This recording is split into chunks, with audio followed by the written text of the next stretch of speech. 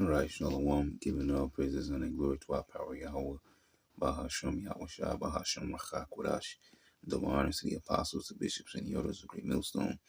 Peace and blessings to the whole for the elect of the tabernacles of David, scattered throughout the four corners of the earth, wherever you may be, to you I say, Shalom, Yahshua, Shalom. That was a brief clip that I played here, which I wasn't going to go into this, but I actually read it in short, and since I read it, there's a particular thing that actually made me want to go into it. Okay, so we're going to read through the short, about that brief clip there. It says a tourist hiking a mountain in China fell off a 130-foot high cliff while trying to get the perfect selfie, and it's all on video, right? And this has been happening a whole lot, not as of late, but just, over a period of time. People, these selfies, they're falling off of cliffs and, stuff like that. And so this is the same thing, all right? Different person, different place, same scenario, all right? People trying to take selfies and they're falling, all right? Because, all that selfie stuff, I'm being seen here and there so I can show the whole world, trying to get the recognition from people all over the world that don't even know you, right? And it's really just a part of self-worship, okay? People doing the, things happen to people over it ain't here yet, but the so-called Christmas. I'm pretty sure things are going to happen. All right. Things happen over this so-called, you had the Halloween, the so-called Thanksgiving, stuff like that. You had fires happening, things of that nature. The flood recently, like 1,000, maybe 1,100 people. You had the fire in China. You had the 3 cyclones and stuff like that. Okay. But back on point with this, because what's those TV shows, like what's that one they call, The Voice, right? You're voting for the best singer or whatever, stuff like that, or it's actually the one called American Idol, okay? So you're idolizing this one individual. Birthdays, another form of self-worship, all right? So all these selfies, stuff like that, these are people worshiping themselves and see, look at this mountain that I climbed up or whatever, stuff like that, okay? But we keep reading. It says, footage shows the moment. You have to forgive my screen. I'm trying to keep it from acting up because all this stuff keeps popping up. Footage shows the moment the hiking tourist goes over the edge of Huaying Mountain in Guang'an, China. The guy is balancing on the rocky cliff, phone in hand, and he looks down and then tries, to take a selfie. Then stumbles and falls off the cliff, disappearing into the tree line below Sunday. After the guy disappears, other tourists head to the edge of the cliff to look for him, but he's nowhere to be seen. All right, now check this out. It says, reports out of China say the man fell about 50 feet, and miraculously, the guy lived to tell the tale on social media. It says he lived to tell the tale, but on social media, naturally. All right, so he went right back to social media. But look, this is what I want to go into it for. It says, the man posted on social media, the mountain gods blessed me. The mountain gods blessed me. Now, we know what the scriptures say. All right. It says, I the Lord, do all these things. I make peace and create evil. I, the Lord, do all these things. And the scriptures even talk about there are spirits that are created for vengeance. And if you really on sore strokes. So basically what this man got was a warning. Okay, this was a warning from Yahweh Shah. And one of those spirits pushed them, off that rock. They removed this footing to have him fall. But the Lord didn't want him to die, right? He wanted him to survive. But this is only the beginning of a judgment to come, all right, at some point, because he lived through that. Could have been dead, lived through that. Then he got on social media, right back on social media, and he wrote, the mountain gods bless me. All right, nothing about Yahweh Shah, which you don't expect that, but I'm just making a point. Okay, nothing about the Lord. Then he goes on to talk about what I am so lucky. There's no such thing as luck. All right, everything is the Lord. Okay, what's that? Job 4:7. I pray thee, whoever perished being innocent. Not saying that he was innocent, just making a point. It says, I fell from a 40-meter high cliff and rolled down the slope for nearly 15 meters when the rocks collapsed. I thought I was going to die. It was so good to be alive, so I'll live well. That's what he says. And maybe he will live well until a certain point, because, there's a horrific time coming to this earth, especially in Babylon the Great. Now, this man is in China. I was just making that extra point there. Yeah, and that was pretty much, that. Like I said, I wasn't going to go into that, but since I read the article and I got down here where it said that, I was like, yeah, let me add that, okay? So yeah, he survived that fall, but hey, that was a warning to him, right? Stop that madness that you're doing, because there might be a more horrific judgment coming for you next time, all right? But let me move on. All right, I'm gonna speed this next one up a little bit. I bumped it up a little bit. I might speed it up a little more. But yeah, this is something I saw here. It says 60,000 penguins dead or something like that, starving, because they're missing their main source of food, which is sardines or something like that. I'm not sure if we watched the whole thing. It's 6 minutes long. Maybe we'll get to a certain point and stop. I haven't watched the whole thing myself. But there's something I want to mention here. Okay, so let's go. We end the show tonight with a heartbreaking story from South Africa's shoreline. More than 60,000 African penguins have vanished in less than a decade. Mothers, fathers, chicks, all starved to death, silently at sea. Amid their trigger was simple. Their main food source, sardines, have been completely wiped out. Dasson Island and Robben Island were once home to thriving penguin colonies, but between 2004 and 2012, 95% of penguins on those two islands disappeared completely. Scientists say less than 20,000 are alive today. Researchers say these penguins starved during their molting period. It's a 21-day event when they shed old feathers and grow new ones. During those weeks, the penguins can't go to the sea, they must stay on land and rely on fat reserves to survive. But those reserves don't exist because their main food source is almost completely gone. Marine biologists say a warmer environment and saltier water made sardines' reproduction nearly impossible. At the same time, commercial fishing continued, which further drained their food supply. And the result, thousands of penguins left with no food to eat. The loss on Dasson and Robben Island is part of a global decline. African penguins have dropped nearly 80% in 30 years. In 2024, the species was declared critically endangered, with fewer than... It just dropped to 80% in the last 30 years. Well, I don't know if this was the last 30 years, but he says in 30 years. I'm not sure if it's the last 30 years. I'm pretty sure it is, though. I mean, because it says 2024 status, so... 10,000 breeding pairs left. This loss is not just about numbers. It's about the people on the ground trying to save what's left. Every week, rangers set out to catch injured or starving penguins by hand. They say it takes 2 minutes to catch one. Sometimes they are found hiding under cars after wandering into city streets. Once caught, they're sent to specialist hospitals for treatment, but vets say treatments alone can't help them thrive. Healthy oceans are paramount. Marine biologists say the biggest threat is still food. Starving penguins stop breeding, and when they can't breed, they edge closer to extinction. What can we do at a colony level to prepare for that? We undergo and we put in disease surveillance, and that is particularly around avian influenza, and what can we do to reduce the risk of that? And then we also need to manage predators as well. We also conduct a lot of science together with collaborators to better understand their movement, the threats at sea, the threats on land, and try and make recommendations for how we can safeguard the species and prevent it from becoming extinct. One promising solution is bringing back artificial nests.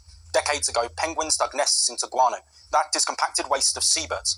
But that guano was harvested for fertilizer, wiping out the natural shelter. So today, conservationists are building artificial nests to help them breed safely. Yeah. Critically endangered label has made penguins a global attraction. Loud crowds, selfie sticks, and the thrill to see a near-extinct species has reportedly added to the strain. Seeing them, well, hearing that they're critically endangered actually kind of breaks my heart. And I think with COVID-19 and all the things that have happened, we have lost so much already and we continue to lose. And I think as people, we don't appreciate what we have until we have lost. But marine biologists say this moment feels like a turning point. They say the growing attention to the dire issue can hopefully save them. We really need to do everything we can, and securing their food source is one of the biggest things that we can do to try and stop that decline. And it is possible to recover the penguin. That's the thing. We can't lose hope. So we have to keep the hope. These birds are more than a tourist attraction. They reflect the health of our ecosystem. Right now, every rescue counts, and every lost penguin is a reminder that time is running out for the world. And I'm just, oh, I guess I was about to stop right there. But so yeah, so this is the type of stuff that can happen in pretty much in Esau's world, man. And that's the point that I wanted to get to, right? Um, there's a scripture. Let me see if I can get that. I think it's in the Apocrypha. There it is, right there. We get the page. See if I can get that real quick. I think that's it right there. Second Ezra 14. Um, and yeah, we just want the point here. It says, "For look how much the world shall be weaker through age, so much, uh, so much the more shall evils increase upon them that dwell therein." That is going into the time of Jacob's trouble. All right, but I just want to play on that point here. About where it says that the world is weaker through age. Okay, and as I said before, we're living in, I don't know why I'm backing up. We're living in Esau's world. Let me get that real quick. Okay.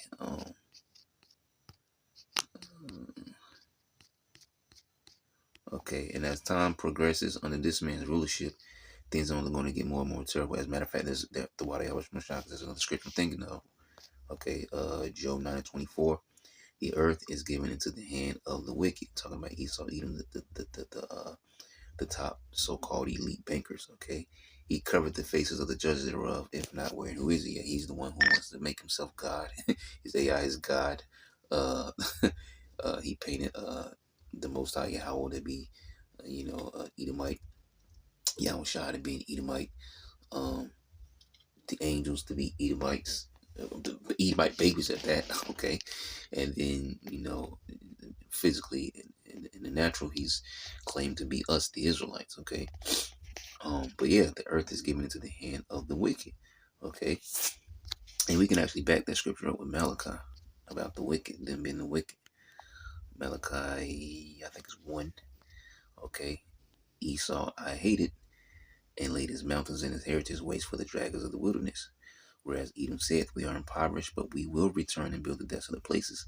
Thus saith the Lord Yahweh of hosts, they shall build, but I will throw down, and they shall call them the border of wickedness. And it's linking it right to Edom. So when it says the earth has been given into the hands of the wicked, it's talking about Edom. Okay, which goes back to their blessing. Genesis 27, that they shall have the fatness of the earth and the dew of heaven above, and that they shall live by the sword. Okay, so yeah, this is their season right now, right? Revelation 20, this is their season. The border of wickedness and the people against whom the Lord Yahweh hath indignation forever. Okay. So moving on with the point of why I played that video.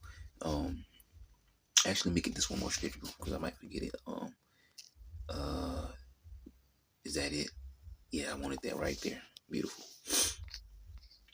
Revelation 11:18. And the nations were angry, and that wrath is come, and the time of the dead, that they should be judged, and that thou shouldest give reward unto thy servants, the prophets, and to the saints. Talk about the Israelites, the elect, that is, of the Israelites, and them, which the prophets are part of the 144,000, and the saints, which all the Israelites are saints, but in this time period, it's really only about the remnant, right? So, like it says, Revelation 7 and 9, right? All that what it says in Revelation 7 and 9, talking about all the Israelites, like the saints, and them that fear thy name, which is Yahweh, small and great, and shouldest destroy them which destroy the earth. That's Esau, right? Only in Esau's kingdom do you have,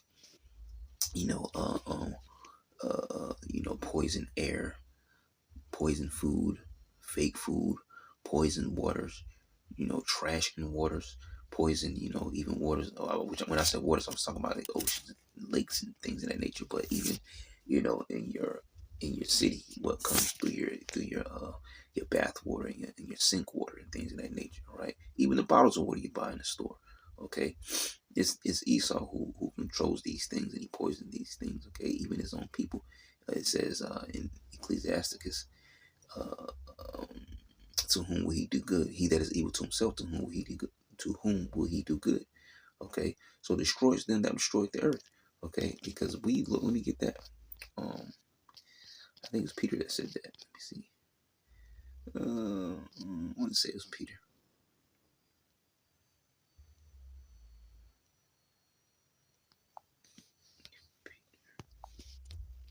Bear with me 2 seconds. All right, pardon me. All right, blow my nose. So yeah, what was I looking for? Yeah, Peter. I think it's like verse 11 somewhere. Here it is, verse 12. 2 Peter 3:12. Looking for and hasting unto the coming of the day of the Most High, wherein the heavens being on fire shall be dissolved, and the elements shall melt with fervent heat. Nevertheless, we, according to his promise, right, look for new heavens and a new earth wherein dwelleth righteousness, because only in Esau's kingdom, all right, do you have things like this happening. Species that have died off, species that are in danger. I was watching something earlier, or halfway watching, which I think I've seen that before, but about the elephant. I think it got caught in some kind of trap, and then it had got some kind of like I don't know, it was like some kind of rope or twine or something around its snout or whatever. And the elephant was all jacked up. It had one tusk and everything. They used to poach for ivory, and then they got close to being endangered. Okay, oh, buffalo. Hey, speaking about that, all right, Gad used it, but Gad made use, and he wasn't just out there just killing for the be killing. Okay, he made use of everything that he was able to use. But Esau was just killing to be killing. Okay, so that's Esau's world, and that's him, living by that sword. All right, or he's just a bloody man. All right, it says Revelation 6. Let me get it real quick. I'll jump back. I think it's 6:4. Revelation 6, yeah, 4. And there went out another horse that was red, which links up with Esau, Edom. The red, the lentil, the red, Esau's red, so on and so forth, going back to Genesis 25. And power was given to him that sat thereon to take peace from the earth, and that they should kill one another, and there was given unto him a great sword. This represents Esau, all right? His kingdom is the ancient revival of the Roman Empire. A big portion of that is America itself, okay? And these Edomites that are in charge are the bankers, all right? These Rothschilds, these Rockefellers, and so on and so forth, okay? So yeah, so they were given a great sword to take peace from the earth. They should kill one another, and that even includes animals and things of that nature. As a matter of fact, because just real, just to throw it in there, because I often watch things dealing with nature, space, and things of that nature. Let me grab this real quick. Isaiah 14.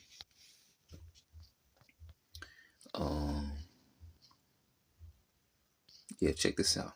It says, and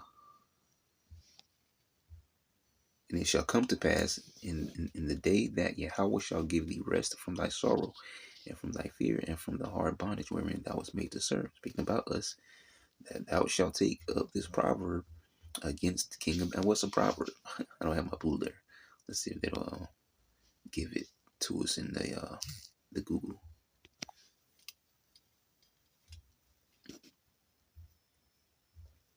A short, pithy, or pithy, a short, pithy saying in general use, stating a general truth or piece of advice. Okay. What says accent, motto, aphorism. Okay. What is an example of a proverb? A short statement that usually offers life advice, wisdom, or truth. Okay. And this is the proverb they say we're going to take up. Okay. The proverb that we're going to take up says, against the king of Babylon, and say, how had the oppressor ceased? The golden city ceased. It's almost like a rhetorical question in a sense. Because, the scriptures prophesy about this man's downfall and destruction of Babylon the Great, which is America the West. But how had the oppressor ceased? Is Esau, the golden city ceased. Babylon, America. Yahweh had broken the staff of the rulers. I'm sorry, the staff. Yahweh has broken the staff of the wicked. Oh, beautiful, because we just talked about the wicked, right? Job 9:24. Malachi 1:4, linking it right to Edom, right? So that power, okay, he's breaking that power. He's slowly doing that right now with the dwindling of the American economy and stuff like that. Them being exposed about the things that they do, the things that they're planning, and so on and so forth. All right. The Yahweh hath broken the staff of the wicked and the scepter of the rulers. Okay. He who smote the people in wrath with a continual stroke. Yep, that's how he rules. Going back to that sword, right? He takes peace from the earth. He that ruled the nations in anger is persecuted, and none hindered. Yeah, he's the hammer of the earth. And then when you deal directly with us, it talks about that in Amos 1 and Obadiah 1, right? That his anger did tear perpetually. The whole earth is at rest, you see? The whole earth is at rest. The earth itself, the plants, the trees, okay? But even the animals, and it's quiet. They break forth into singing, which, well, by default, also the people, but, speaking about a certain thing right now. The whole earth is at rest, and it's quiet. They break forth into singing. Yeah, the fir trees rejoice at thee, and the cedars of Lebanon, because Lebanon has its forest there, okay, saying, since thou art laid down, no fellows come up against us. And the fellows won't cut down trees. And like we spoke about earlier, this wicked so-called Christmas is coming up. What not? I can't even say about to, because when you're pretty sure. Depending on where you live, there's several places where you will drive by and they'll have poles with Christmas lights wrapped around them in a big old lot, and there's a bunch of Christmas trees of different sizes in there, or so-called Christmas trees, right? And those are real trees that were chopped down out of the forest to do a pagan holiday, man. Okay, so the earth itself, which the main topic was about those penguins, man. Just generalize what we're speaking about, man. Destroying him, which destroyed the earth, which because really you can go to many different ways with just that topic alone, right? Like we are here in Isaiah 14, man. Okay, talking about the fir trees rejoicing, okay? But we're speaking about these penguins here. Let me see if I can back up. Okay, we read that. Where was I? When I was reading something. Let's see if I can back up to it. Okay, yeah, Peter. 2 Peter 3:12. It says, so looking for and hastening unto the coming of the day of the Most High, wherein the heavens being on fire shall be dissolved, and the elements shall melt with fervent heat. That's the nuclear destruction that's going to come upon Babylon the Great, right? And shake the whole earth. It says the earth shall reel to and fro like a drunkard. Okay, it's going to be that lake of fire, and only the elect remnant are going to be delivered.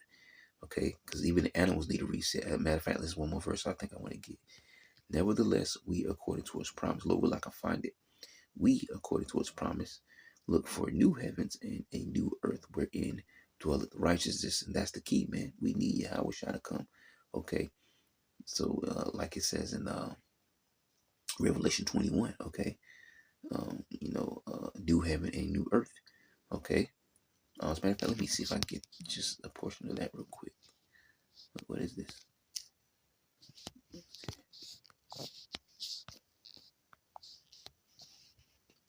Because we don't have to worry about people dying. Well, I don't say people dying.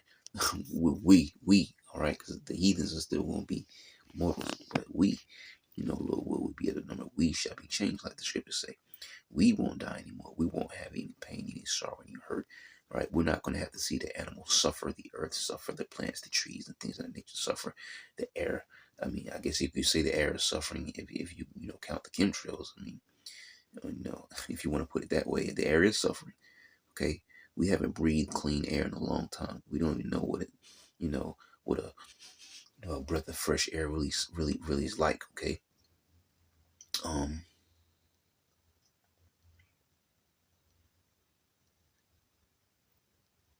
want to get right here. Verse 4. And the Most High shall wipe away all tears from their eyes, and there shall be no more death, neither sorrow, nor crying, and neither shall there be any more pain, for the former things are passed away. That's for us. Okay, but it begins with the remnant. Lord, will we be of that number? And he that sat upon the throne said, behold, I make all things new. And he said unto me, write, for these words are true and faithful. And he said unto me, it is done. I am Alpha and Omega, the beginning and the end. I will give unto him that is athirst of the fountain of the water of life freely. He that overcometh, which is, well, we won't go into that topic. Because he that overcometh shall inherit all things, and I will be his power, and he shall be my son. Okay, so let me go back and get that point again. What was I? Back up. I didn't back up yet. Peter 12, it says what? Looking for hastening unto the coming day of the Most High, wherein the heavens being on fire shall be dissolved, and the elements shall melt with fervent heat. Nevertheless, we, according to his promise, look for a new heavens, all right, refreshed is what word. New goes into refreshed, and a new earth, a refreshed earth, wherein dwelleth righteousness. Okay, I'm going back on the point with the 60,000 penguins, right? Let's see if I can find this scripture. I'm not sure. I believe it's in Zechariah. I'm just trying to see if I can put something that'll bring us to it. Right. Together, or shall feed together, something like that. No, it's something. I believe it's in Zechariah. Or is okay? I might be wrong. That might be it in Isaiah 11. It says Zechariah's down here. I might be thinking about something else in Zechariah. If Zechariah's down here, because I believe that's what I want right there. I see Zeph. Let's see. Oh well, okay. I'm glad that popped up at the top. Yeah, so let's go here. You see, and hold on, let me pull this up. Yep, it says, but with righteousness, Isaiah 11:4, shall he judge the poor and reprove with equity for the meek of the earth, which is the remnant. Everything begins with the remnant. But overall, yeah, all Israel, but everything begins with the remnant. That's the point I'm making right there. He shall, because it says that all Israel shall be saved, just not on this side. And he shall smite the earth with the rod of his mouth, and with the breath of his lips shall he slay the wicked. All right, that's him coming on a chariot. All right, those laser beams along with the angels. And here, righteousness shall be the girdle of his loins, and faithfulness the girdle of his reins. The wolf also shall dwell with the lamb, and the leopard shall lie down with the kid, and the calf and the young lion and the fatling together, and a little child shall lead them. Okay, excuse me. And the cow and the bear shall feed. What is it talking about? The penguins, right? Starving because of the lack of food, right? Only under Esau's watch, where you have something like a penguin, man, a penguin of all things. All right, starving, okay, because its food sources, I guess, dwindling or running out, which they said was what was it anchovies or sardines. Okay, let me get back down there. Actually, I want the other. Well, I could probably use this one. I probably should pull up the other book. But it says, yeah, the wolf shall dwell with the lamb, and the leopard shall lie down with the kid, which is a baby goat, and the calf and the young lion and the fatling together. Okay, and this is beautiful. What will be beautiful to see, because there's what like Esau likes to call in science class the food chain, right? Well, this animal will eat this animal, and that animal eats this animal, and the circle of life and all that kind of stuff like that. Okay, and you see that today. All right, the wolf will come and take the lamb, and so on and so forth. All right, but the young lion and the fatling together, and a little child shall lead them. We read the NLT. In that day, the wolf and the lamb will live together. See, the leopard will lie down with the baby goat. Oh, he just said baby goat, right? I didn't think he was gonna say baby goat, but yeah, baby goat. The calf and the calf and the yearling will be safe with the lion, and the little child will lead them all. Okay, which that's going to be an Israelite child, if anything. Okay, but anyways, because it talks about, well, let's just read. It says, and the cow, KJV, and the cow and the bear shall feed. Their young ones shall lie down together, and the lion shall eat straw like the ox. You see? So they're not going to have to worry about eating one another or eating this. The Lord's going to work all of it out, because it's going to be nothing but righteousness and peace. Okay? The cow and the bear shall feed. Their young ones shall lie down together, and the lion shall eat straw like the ox. NLT, the cow will graze near the bear. So graze, because they're going to be eating what? The straw, you see? Or what, maybe anybody eating, whatever, they're going to be eating straw, grass, whatever, all right? But the cow will graze, because the cows eat grass, will graze near the bear, like a horse or something, eat straw and, hay or whatever. Anyways, the cow will graze near the bear. The cub and the calf will lie down together. The lion will eat. See, the lion will eat hay like a cow. And the sucking child shall play on the hole of the asp, and the weaned child shall put his hand on the cockroach's den. The baby will play safely near the hole of a cobra, Yes, a little child will put his hand in a nest of deadly snakes without harm. All right, because the children, because the scriptures talk about Jeremiah 31. He says, the blind, the lame, uh, the woman with child, and her that travaileth with child together. So, amongst the remnant, speaking, in particular, like the women. Well, I mean, one aspect is just women alone, which is the pregnant women. But the other aspect, you have the man, the woman and child, or family, in other words, right? So, like if a child is delivered, guess what? The child is no different from any Israelite man or Israelite woman. Their bodies are going to be changed because nobody's getting into the chariot without the body's being changed. So when the Lord delivers little children, they're going to be changed. They're going to be children and immortal.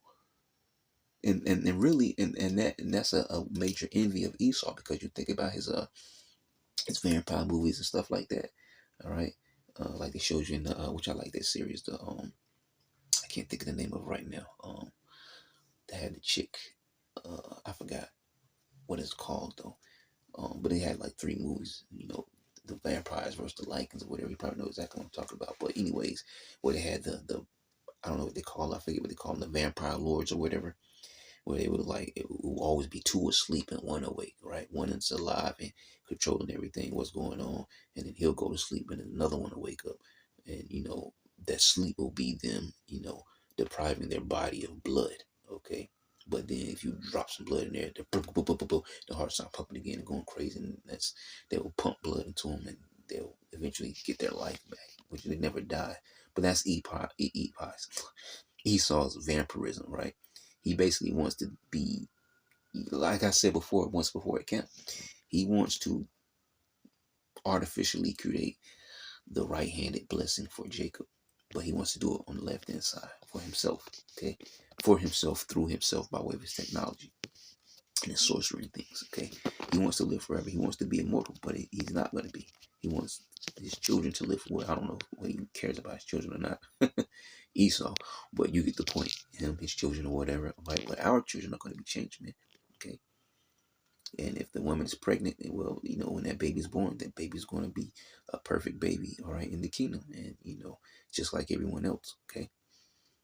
They shall not hurt nor destroy in all my holy mountain, for the earth shall be full of the knowledge of the Lord Yahweh as the waters cover the sea. Okay, and that's vast, right? As the waters cover the sea. Nothing will hurt or destroy in all my holy mountain, for as the waters fill the sea, so the earth will be filled with the people who know the Lord Yahweh. What does it say in I like going to that scripture all the time, Zephaniah 2. I'm gonna close it there because I pretty much made the point.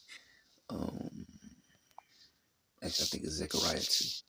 Let me go back. Zechariah 2. Yep.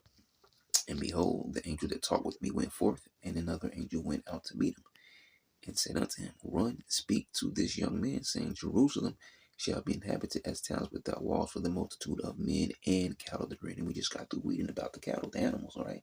They're going to live in peace. They're going to live, in a peaceful earth, in a healthy earth, and we're going to live in as well, all right? But in Esau's kingdom, in Esau's earth, okay, you got penguins dying, all right? Animals that are maimed, animals that are hurt, animals that are poached. Elephant, like we talked about the elephant. The elephant with one tusk, uh, uh, uh, a busted leg, and a rope tied around his snout that he couldn't get off, right? So and all kinds of, you can just think about any other kind of animal situations and things of that nature. Endangered species, right? You got Esau, got aquariums, zoos, and so on and so forth, man. All right, that's Esau's earth, okay, which is run in wickedness, right? As we read it before in what was it, Revelation? I can't remember, what was it, 11 or 16, or can't remember, but it says destroyed him that destroyed the earth, okay? He needs to be taken out of the way, all right? Only he who now let will let until he be taken out of the way, okay? For I say it that the Lord Yahweh will be unto her a wall of fire round about, and will be the glory in the midst of her. As a matter of fact, let me read the NLT before I leave. The other angel said, Hurry and say to that young man, Jerusalem will someday be so full of people and livestock that there won't be room enough for everyone. Many will live outside the city walls, Yep, because it says that we're going to take over the earth. Okay, and eventually, just going to keep expanding. Then I, myself, which includes our cattle, because we're going to have great substance. Then I, myself, will be a protective wall of fire around Jerusalem. Yeah, because once we get the salvation, the scriptures say that no one's going to learn war anymore. All right, there's going to be no more fighting. Definitely not against us, even if there was fighting. But the scriptures don't say that either. There's going to be no more war. Okay. So yeah, and the Lord is going to be that protective wall of fire around Jerusalem, says the Lord Yahweh, and I will be the glory inside the city. Yep. There you go. So yeah, this is a little something I want to get into. I thought I had another clip, but it was only those two. But it's okay. We made the point. I just wanted to get into it because when I saw it, like I said, I watched a lot of those animal videos and things about space and all those types of things. Because a lot of us feel very connected to the earth. So we care a lot about the health of the earth, the quality of the things of the earth. We just want to see Yahushua come and make this place back healthy again. Okay, but we beginning with us, and then the earth will follow suit, and then everything else that is in existence in Yahushua's earth, in His kingdom to come, will also follow suit. So yeah, I'm gonna leave it at that. Lord willing, you edify to this, and I'll try to say shalom.